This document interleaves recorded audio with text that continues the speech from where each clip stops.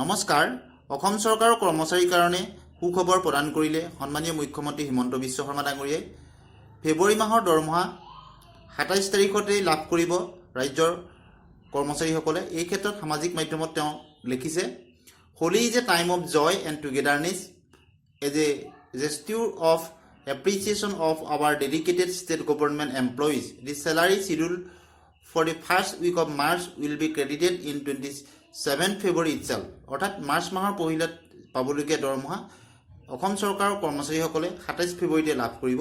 Witching you and your family a vibrant and prosperous Holi.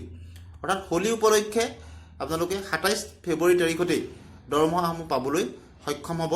আৰু এই সুখবৰটো প্ৰদান কৰিছে মুখ্যমন্ত্ৰী মহোদয়ে।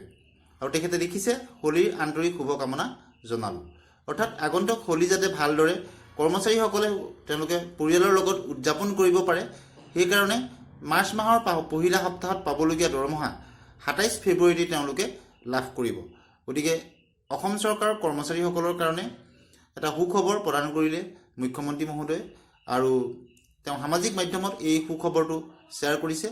গতিকে এনেধৰণৰ চৰকাৰী কৰ্মচাৰী আৰু পেঞ্চনৰ লগত জড়িত খবৰৰ কাৰণে আমাৰ চেনেলটি ছাবস্ক্ৰাইব কৰি দিব, ভাল পালে লাইক আৰু শ্বেয়াৰ কৰি দিব।